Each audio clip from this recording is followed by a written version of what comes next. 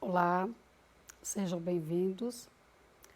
Nesta aula vamos aprender, conhecer, discutir sobre a teoria do construtivismo em Piaget.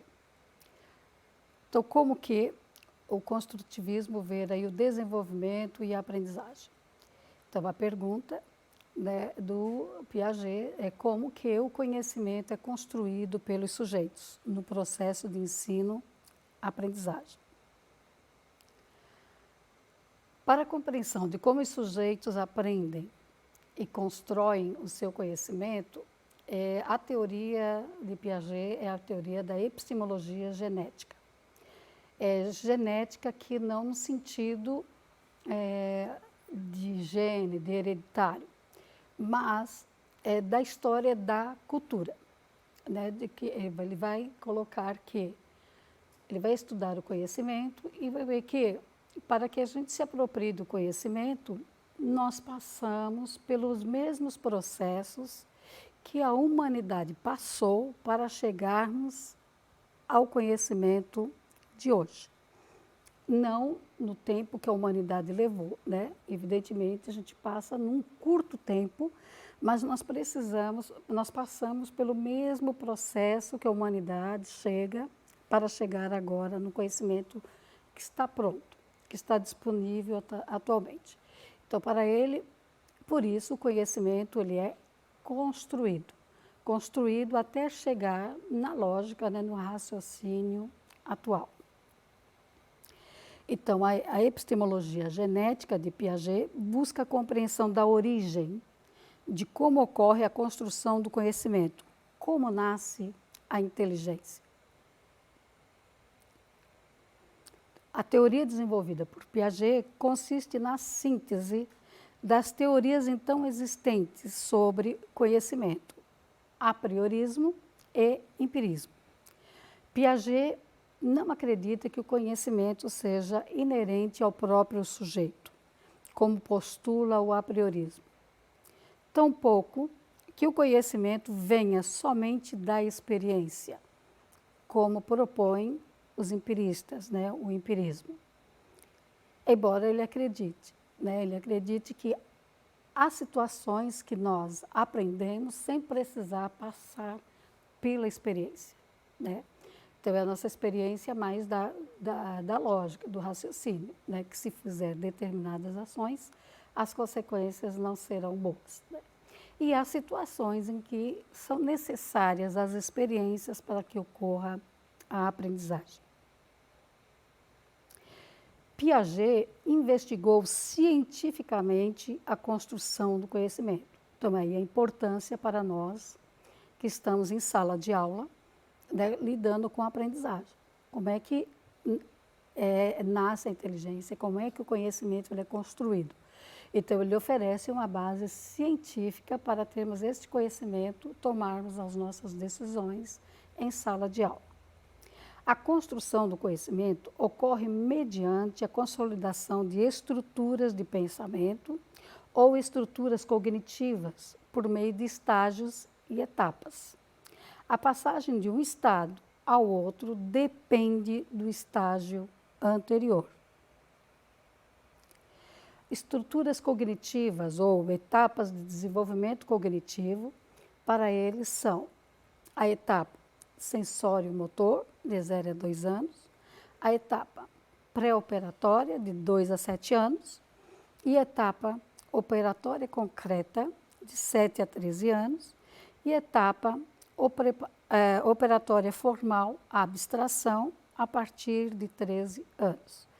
As características de cada uma destas etapas estão na aula anterior, na videoaula 7. Então, quais são as características de cada fase? E lembrando que cada período desse vai construindo, vai estruturando o conhecimento do mundo exterior, dos objetos, das pessoas, das relações afetivas, das relações com as pessoas e da relação com os objetos. E na escola, com o conhecimento. A inteligência. A inteligência humana deve ser entendida como um sistema cognitivo aberto e fechado. Aberto por meio de ações, percepções, de informações advindas do meio social, da cultura familiar, local, nacional e universal. Então, nós estamos abertos a tudo isso. Agora, há um fechamento. O sujeito não é uma página em branco, que você vai inserindo nele aquilo que nós queremos. Então, ele viu um gato e o gato já é inserido nele. Não é assim, né? Então, a aprendizagem, o desenvolvimento da inteligência é um movimento individual. É construído com o social, mas o processo é individual.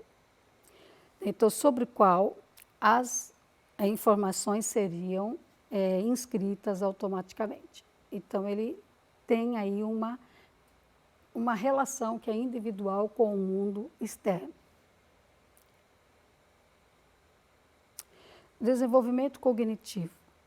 A passagem de uma etapa cognitiva para a seguinte depende de 4 fatores: da maturação do sistema nervoso, da interação social, que ocorre por meio da linguagem e da educação que ela recebe, seja da família, seja na escola, seja do meio televisivo, né? São todos aspectos, seja na religião, são todos aspectos educativos. A experiência física com objetos, a equilibração, necessidade da estrutura cognitiva para enfrentar o conflito cognitivo. A mudança, né, de uma etapa para outra, ela se dá por meio do conflito cognitivo. Desenvolvimento cognitivo. Então, ele vai ocorrer por meio de um conflito cognitivo. Conflito cognitivo é quando ele recebe uma informação nova do que ele já tem, né? E aí ele vai entrar dentro de um desenvolvimento e da aprendizagem, que veremos daqui a pouco o nome que Piaget vai dar a isso. O desenvolvimento cognitivo é um processo de pensamento espontâneo, apoiado na biologia, para fundamentar que o desenvolvimento é um caminhar rumo ao conhecimento. Aprendizagem refere-se à aquisição de uma resposta particular, aprendida em função da experiência obtida de forma sistemática ou não. É um processo causado por situações que dependem de interações. Aprender é a maneira pela qual as crianças constroem as noções de conhecimento lógico, de tempo, de espaço, de objeto e de causalidade. Então, aqui, a aprendizagem, ela ocorre dentro da escola e fora dela, né? Então, a aprendizagem não só a aprendizagem que acontece dentro da escola. Então, todo aluno que chega na escola, ele não chega com uma tábula rasa, ele já chega com aprendizados que foram construídos de uma maneira espontânea. E aqui vem o principal, né, o fundamento, o alicerce da teoria do Piaget para a questão de aprendizagem e desenvolvimento, que é a equilibração das estruturas cognitivas. Então, a mudança de um período para o outro depende deste fator da equilibração. Então, o desenvolvimento cognitivo do sujeito ocorre por meio de constantes desequilíbrios e equilíbrios, mediante situações de conflito cognitivo. Essa situação de aprendizagem, ela não ocorre só na infância, ela ocorre por toda a nossa vida. Sempre estamos abertos, sempre estamos aprendendo. E todo o processo nosso de aprendizagem, ela sempre se dá por meio de um conflito cognitivo que temos que receber, e aí é sempre um momento de equilíbrio e desequilíbrio. A mudança de característica ou de informação de um objeto, por menor que seja, provoca um desequilíbrio naquilo que eu já tenho internalizado, que eu já tenho como conhecido. Então, 2 mecanismos são acionados para se atingir o equilíbrio, assimilação e acomodação. Assimilação. Quando em desequilíbrio, a reação é atribuir significações a partir de sua experiência anterior. Quando reconhece alguma informação diferente do que já conhece, que já tem estruturado, é um processo cognitivo pelo qual passa a receber uma nova informação, conceptual, motora ou conceitual, que a pessoa classifica as estruturas prévias. Acomodação. É um conhecimento já aprendido, incorporado ao modo de pensar, igual a conhecimentos prévios. Cada informação nova recebida ou conteúdo novo desestrutura, desequilibra a informação que já estava estruturada. Compreender e estruturar a nova informação visa justamente fazer com que o sistema atinja o equilíbrio. Para compreender, veja, Piaget ele não teve muita preocupação com a teoria dele na educação, né? Então ele não se preocupou como é que isso aconteceria dentro da escola. Então nós temos Emília Ferreiro, que ela vai se basear nessa teoria do construtivismo, de tudo que nós falamos até agora, para compreender como que a criança constrói o conhecimento dela sobre a língua escrita no processo de alfabetização. Então, ela vai utilizar, então aqui, essa pesquisa, ela vai nos dar conta de toda essa teoria de como que ela acontece na prática, em sala de aula. Então, em cada fase, a criança levanta hipóteses sobre o sistema da escrita. O que impulsiona a passagem de um nível para o outro é o conflito, quando a hipótese da compreensão da escrita cai por terra. E aqui entra o papel do professor, né? Então, tem uma questão aqui que é colocado, né, por Piaget e é retomado por Emília Ferreiro, a lógica da criança não é a mesma lógica do adulto. Então, o professor ele tem que conversar com a criança para ver que ela não está errando, né? E aí entra um outro conceito aqui, que é o erro construtivo. Aquilo que o professor considera como erro é um erro construtivo, é a lógica da criança. Então, o professor compreende a lógica da criança, mas o papel dele é trazer a lógica da criança à lógica do adulto. Só que ela não vem diretamente, ela vai passar por várias etapas até chegar à lógica do adulto. E aí, esse processo é um processo de equilíbrio e desequilíbrio, né? E o papel do professor, né, é provocar o conflito cognitivo, para que ela coloque em xeque o que ela já tem estruturado e perceber como que ela vai se apropriar da nova informação que foi dada até ela chegar à lógica do adulto. Vamos ver isso melhor aqui nos processos, os processos que a criança faz para a compreensão da língua escrita. Lembra-se que a epistemologia genética de Freire, a epistemologia genética de Piaget, ele diz que para aprender eu passo pelos mesmos processos que a humanidade passou para chegar aqui. Então a criança, para aprender a ler e a escrever, ela também passa pelos mesmos processos que a humanidade passou. Então as primeiras formas de registro da humanidade eram desenhos, eram garatujas, só que elas tinham, não eram simplesmente um desenho. Naquele desenho tinha uma ideia, naquele desenho tinha já a história daquelas pessoas. Então, aqui, neste desenho, né, que nós olhamos para cá é um amontoado de coisas, a criança está escrevendo um texto. Há uma ideia aqui. Ela já entendeu qual é a função da escrita, que é a comunicação da sua ideia, do seu pensamento.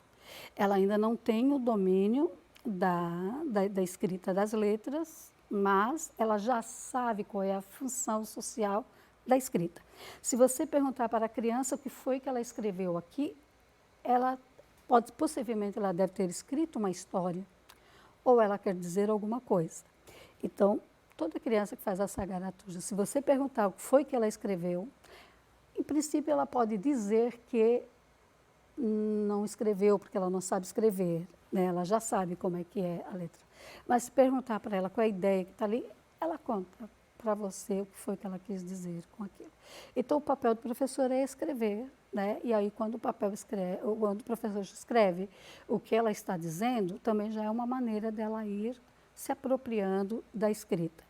Então, por exemplo, aqui, né, ela desenha e ela escreveu, né? Foi perguntado a ela o que foi que ela escreveu. O número 1 é um ônibus, o número 2 é o óculos, está claro aqui porque ela desenhou literalmente, né? A árvore, a escola e a classe. E se você perguntar por que ela desenhou tudo isso, ela conta para você a história. Agora nós vamos chegar num outro momento, né? Aquilo que nós vimos até agora é chamado de garatuja, né? Que no sistema de alfabetização antigo, no trabalho de coordenação motora, deixava-se que as crianças fizessem ondas, né, para desenvolvimento da coordenação motora. O que se coloca agora, não é que você não vai mais fazer isso, mas esse movimento motor, ele não está desvinculado do pensamento e da linguagem.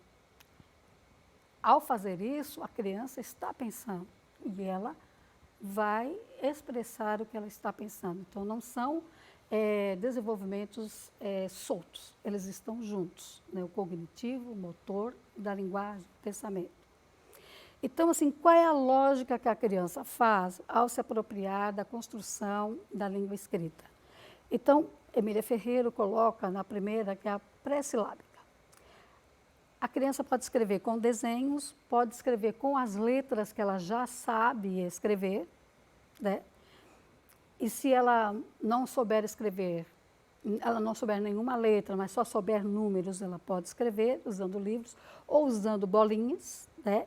Então, aqui, o que é que caracteriza nessa fase? A criança não percebe que cada letra tem um som. Então, aqui ela tem isso, então aqui o professor vai ter que provocar o conflito cognitivo para que ela saia dessa estrutura de compreensão e se dê conta com a informação que ele vai dar que toda letra tem um som. E ele não vai passar imediatamente, né? Depois dessa informação, ele vai demorar um tempo. Então, aí entra na fase silábica. Então, na fase silábica, ele já sabe que as letras correspondem ao som. Mas só que qual é a lógica dele? Se eu falo caneca, eu abri e fechei a boca 3 vezes, então caneca se escreve com 3 letras. Boneca vai se escrever, então, boneca também com 3 letras. Casa, 2 letras.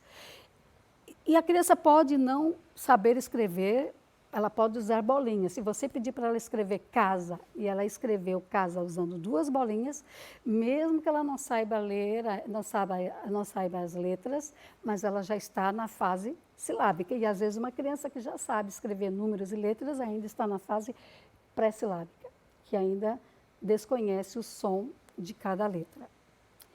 E a fase silábica alfabética é quando a criança já faz a relação da letra e do som. Não necessariamente. Por exemplo, Caio, ela tem um nome de alguém na sala que é Karina, escrito com K. E aí Caio tem o mesmo som, ela pode escrever o Caio com essa palavra.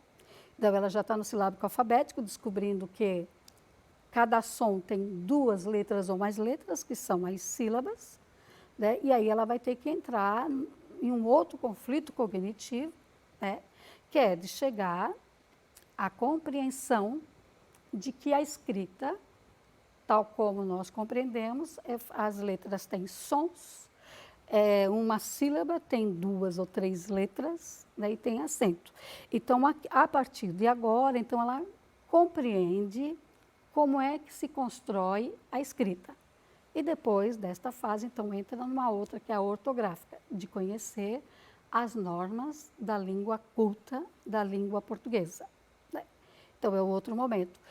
Mas a criança, ela passa por essas fases. Todas passam por essas fases, né? E aí o professor precisa compreender isso para poder fazer a pergunta certa para ela, que ela entre em conflito cognitivo e vá se apropriando da lógica do adulto, que é a construção da língua escrita.